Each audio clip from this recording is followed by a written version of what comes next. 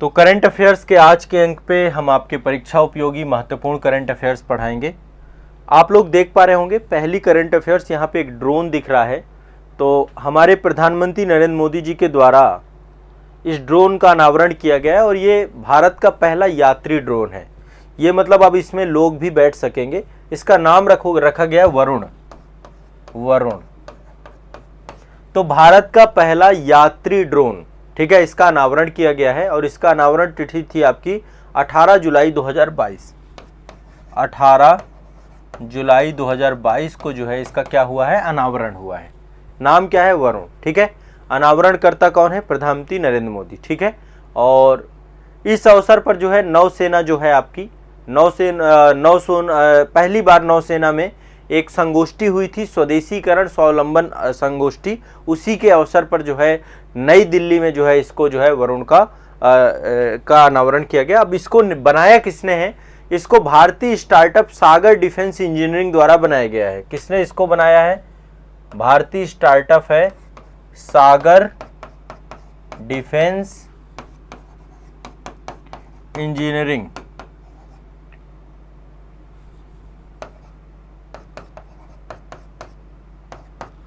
सागर defence engineering के द्वारा वरुण को बनाया गया है। वरुण क्या है आपका, भारत का पहला ड्रोन है, यात्री ड्रोन है, जिसमें यात्री बैठ सकते हैं, मानव बैठ सकता है, ठीक है। तो ये आपका बना हुआ है, ठीक है। इसमें कोई पायलट नहीं है किसी प्रकार से, पायलट रहित ड्रोन है। लगभग 130 किलोग्राम का मानव पेलोड ले जाने में सक्षम है, मतलब 130 किलोग्राम तक के व्यक्ति को ले जाएगा। 25 किलोमीटर तक उड़ान भर सकता है ये, और 25 से 33 मिनट तक उड़ सकता है, ठीक है। ये ऑटो पायलट मोड पे चलता है। इसमें जो कुछ भी ऑपरेटेड है वो जैसे कि ड्रोन के साथ ऑटोमेटिक होता ही है कि उसमें कोई पायलट नहीं बैठता, वो ऑटो पायलट होता है, उसको रिमोट के माध्यम से ऑपरेट किया जाता है। तो ये ध्यान रखिएगा। और यदि मान लीजिए इसमें ऐसा हो जाए कि कोई पंख इसका खराब भी हो जाए तो भी ये आपका उड़ सकता है, ठीक है। तो ये ध्यान रखिएगा। और इसका प्रयोग कहाँ किया जाएगा, इसका प्रयोग किया जाएगा, मान लीजिए कोई व्यक्ति किसी जहाज में है और उस जहाज में कोई समस्या हो जाती है, तो उसको एक जहाज से दूसरे जहाज में किसी सामान को, किसी व्यक्ति को स्थानांतरित करने के लिए, चाहे वो नौसेना में हो, नौसेना में भी बहुत सारे जहाज होते हैं, तो एक जहाज से दूसरे जहाज में, वायुसेना में तो थोड़ा कठिन है, पॉसिबल नहीं है क्योंकि वो आसमान में चीज़ें हैं।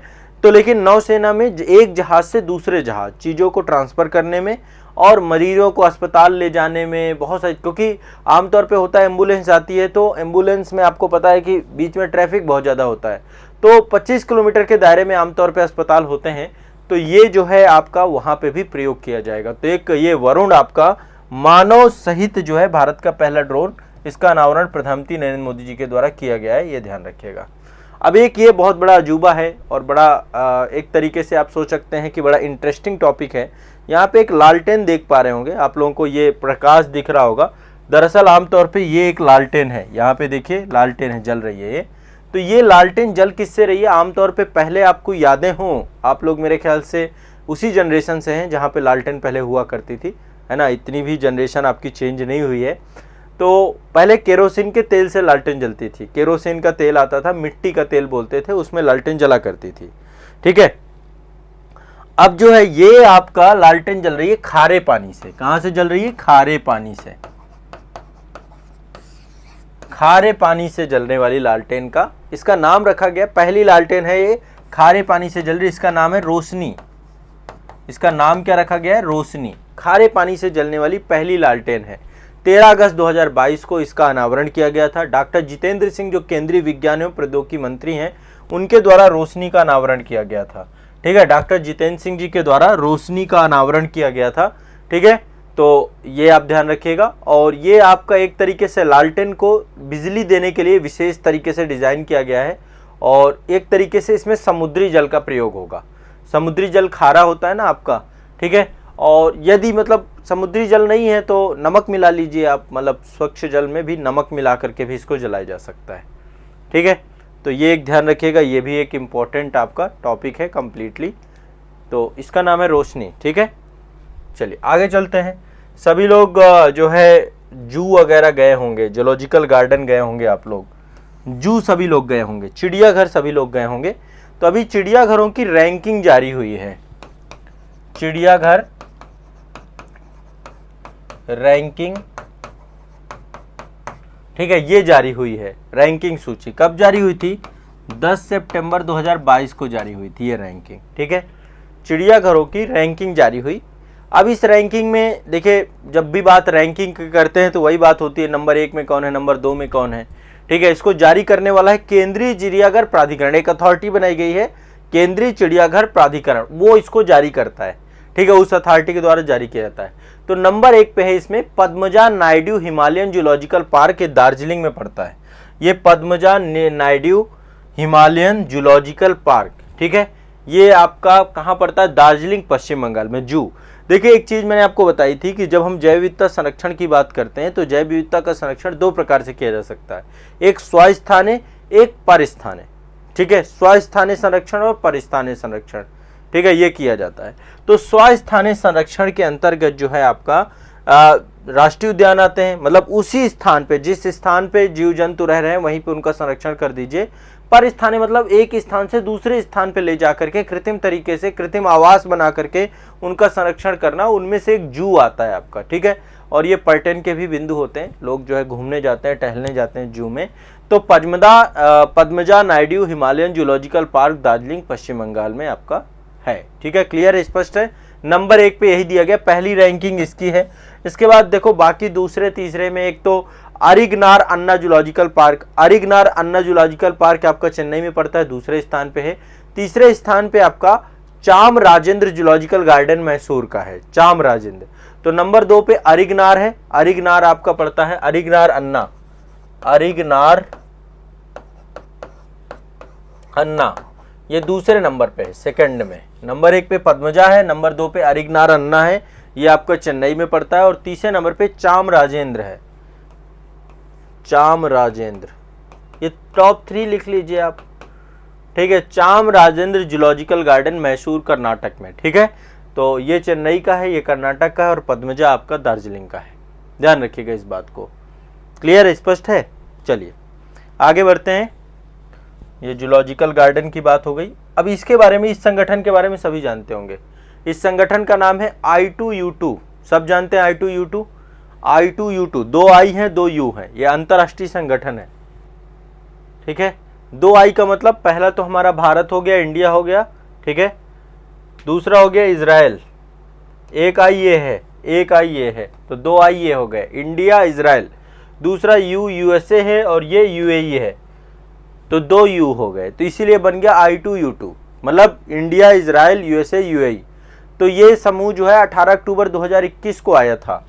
कब आया था? 18 अक्टूबर 2021 को विदेश मंत्री, जो इन चारों देशों के विदेश मंत्री हैं, उनकी क्या हुई थी? बैठक हुई थी, और उसी में इसकी संकल्पना आई थी कि भाई एक I2U2 बनना चाहिए। इसको ही हम क्या बोलते हैं? क्वाड बोलते हैं। एक नया क्वाड है, ये नया क्वाड है। क्वाड मतलब 4 हैं इसमें, चतुर्भुज सुरक्षा संभाग जो है, एक तरीके से जैसे एक क्वाड में आपका जापान है, भारत है, ऑस्ट्रेलिया है, यूएसए है। एक क्वाड तो आपका हिंद महासागर, इंडो पैसिफिक रीजन पे, ये पश्चिम एशिया में बनाया गया है, अमेरिका भी इसके साथ जुड़ा हुआ है। तो इसमें जो है अभी जब इसकी बैठक हुई आपकी, इसकी पहली बैठक जो है वर्चुअल तरीके से हुई थी 14 जुलाई 2022 को। 14 जुलाई 2022 को वर्चुअल तरीके से मीटिंग हुई, सारे के सारे राष्ट्र अध्यक्ष मिले। I2U2 की पहली मीटिंग थी आपकी, ये 14 जुलाई 2022 को पहला शिखर सम्मेलन था। तो इसमें बात हुई कि भाई एकीकृत फूड पार्क की स्थापना की जाएगी। क्या बनाया जाएगा? एक एकीकृत फूड पार्क बनाया जाएगा, है ना, फूड पार्क, एकीकृत एक फूड पार्क बनाया जाएगा I2U2 का। और ये कहाँ बनाया जाएगा? ये बनाया जाएगा भारत में। भारत में कहाँ बनाने की बात हुई है? एकीकृत फूड पार्क I2U2 के द्वारा पहला जो है फूड पार्क की स्थापना कौन करेगा, कहाँ किया जाएगा? भारत में।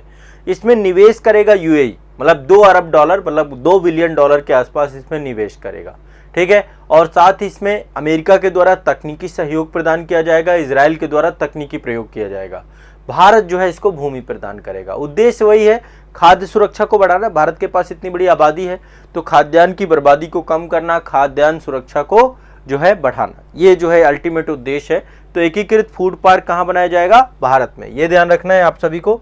चलिए आगे बढ़ते हैं। एक न्यूज़ यहाँ से भी है, ये यूनाइटेड नेशन की बात कर रहा हूँ मैं, संयुक्त राष्ट्र सुरक्षा काउंसिल की बात कर रहा हूँ।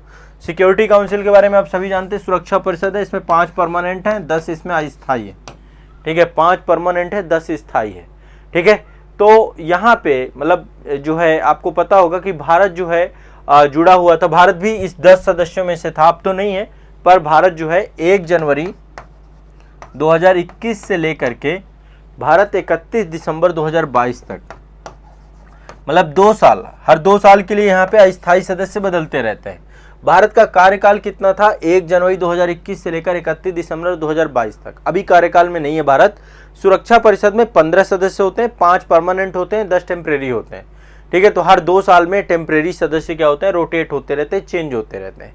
ठीक है, तो लास्ट में मतलब इसमें क्या है, इसमें एक सिस्टम बना हुआ है कि जो जितने भी यूएनएससी के स्थायी और अस्थायी सदस्य हैं, इनको अंग्रेजी की वर्णमाला के आधार पे 1 माह के लिए अध्यक्ष बनाया जाता है। किसका? यूएनएससी का। यूएनएससी का अध्यक्ष कैसे बनते हैं? ये अंग्रेजी की वर्णमाला के हिसाब से। जैसे 15 हैं, 15 में से 5 स्थायी हैं और 10 अस्थायी हैं, तो अंग्रेजी के वर्णमाला के आधार पे हर 1 महीने अध्यक्ष बदलता रहता है यूएनएससी का। तो भारत भी अभी यूएनएससी का अध्यक्ष बना था दिसंबर के महीने में। 1 दिसंबर 2022 से लेकर के भारत 31 दिसंबर 2022 तक यूएनएससी का अध्यक्ष रहा। ठीक है, अब तो सदस्य भी नहीं है क्योंकि अब रिटायर्ड हो चुका है, कार्यकाल समाप्त हो चुका है, लेकिन ये फिर भी जानकारी के लिए आपको बता रहा हूं कि भारत जो है यूएनएससी का अध्यक्ष था दिसंबर में। ठीक है, दिसंबर 2022 में यूएनएससी का अध्यक्ष कौन था? भारत। तो यहाँ हर महीने जो है अध्यक्ष बदलता रहता है, ध्यान रखना इस बात को। ठीक है, सिंपल सा है, करंट अफेयर से जुड़ी हुई। अब देखो यूएनएससी के बारे में आप सब जानते हैं, 15 सदस्य हैं, 5 टेम्परेरी हैं, 10 अस्थायी हैं। इसके सुधार की बात कर रहे हैं कि भाई यूएनएससी में सुधार होना चाहिए, भारत को भी इसका परमानेंट मेंबर बनाना चाहिए। इनके पास वीटो पावर होती है, विशेष निषेधाधिकार होता है ना। तो 5 परमानेंट में रूस है, अमेरिका है, ब्रिटेन है, फ्रांस है, चीन है, ये स्थायी सदस्य हैं, इनके पास वीटो पावर है। और 10 अस्थायी सदस्यों का चुनाव भौगोलिक आधार पे होता है। भौगोलिक मतलब कुछ अफ्रीका से उठा लिए, कुछ एशिया से उठा लिए, कुछ यूरोप से उठा लिए, कुछ दक्षिणी अमेरिका से उठा लिए। तो इस तरीके से भौगोलिक आधार पे 10 मेंबर्स और चुने जाते हैं। ठीक है, तो 10 टेम्परेरी होते हैं, हर 2 साल का कार्यकाल उनका होता है। चलिए आगे बढ़ते हैं। नेक्स्ट देखिए, ये एक संस्था है आपकी APPU, इसको बोलते हैं एशियन पैसिफिक पोस्टल यूनियन। ये एक पोस्टल यूनियन है, Asian Pacific postal union. Bharat को एशियाई प्रशांत डाक संघ, क्या बोलते हैं इसको? भारत को एशियाई प्रशांत डाक संघ, एशियाई प्रशांत डाक संघ, भारत को एशियाई प्रशांत डाक संघ का नेतृत्व मिला है अभी। ठीक है, अगस्त सितंबर 2022 में बैंकॉक में आयोजित 13वीं जो है यहाँ पे APPU कांग्रेस में, ठीक है, इसकी 13वीं अध्यक्षता हुई थी। कहाँ हुई थी आपकी? बैंकॉक में। कहाँ पे हुई थी? बैंकॉक में। तो भारत को डाक सेवा बोर्ड के इसमें जो हमारे विनय प्रकाश सिंह है, डॉक्टर विनय प्रकाश सिंह, विनय प्रकाश सिंह, डॉक्टर विनय प्रकाश सिंह हैं, इनको क्या बनाया गया? 4 साल के कार्यकाल का इस संघ का महासचिव चुना गया है। क्या चुना गया है? महासचिव। सबसे बड़ा पोस्ट यही होता है। तो इसका भी भारत क्या हुआ? लीडर बन चुका है। APPU का भारत क्या है? नेतृत्व करता है, महासचिव है।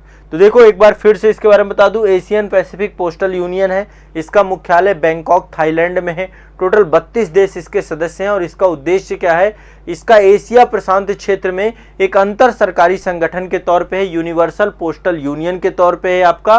ठीक है, और इसका लक्ष्य है डाक सेवा के क्षेत्र में सभी सदस्य देशों में एक सहयोग बढ़ाना। एशियन कंट्रीज के बीच में डाक सेवा को लेकर के सहयोग का काम APPU करता है। क्या करता है? APPU इसको लेकर के सहयोग का काम करता है। ठीक है, तो ये आपको ध्यान में रखना है। ठीक है, इसका भारत क्या बना है? महासचिव बन चुके हैं, डॉक्टर विनय प्रकाश सिंह है इसमें। अगला चलते हैं, ये लास्ट टॉपिक है आपका इसका करंट अफेयर्स का। देखिए एक देश है जिसका नाम है दक्षिण कोरिया। अब सारे के सारे देश लगातार काम कर रहे हैं, किस पे कर रहे हैं? भैया हमें अब अंतरिक्ष में काम करना है। सब लोग जो स्पेस रिसर्च है उसमें काम कर रहे हैं।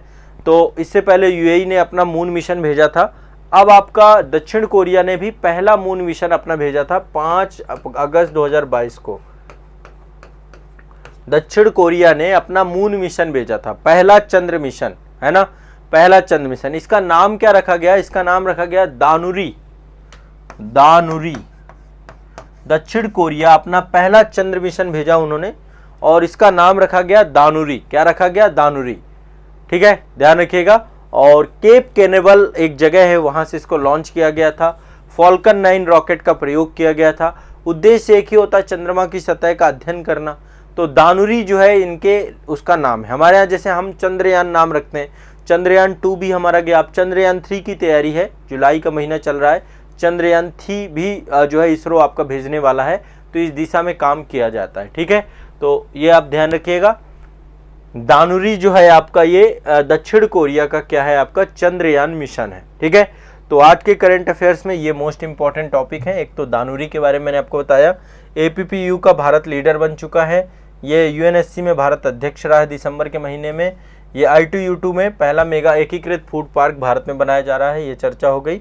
और ये Padmaja Naidu Himalayan zoological park number 1 में आपको इसको रैंकिंग दी गई है। ये आपकी लालटेन है, रोशनी इसका नाम है, खारे पानी से चलती है।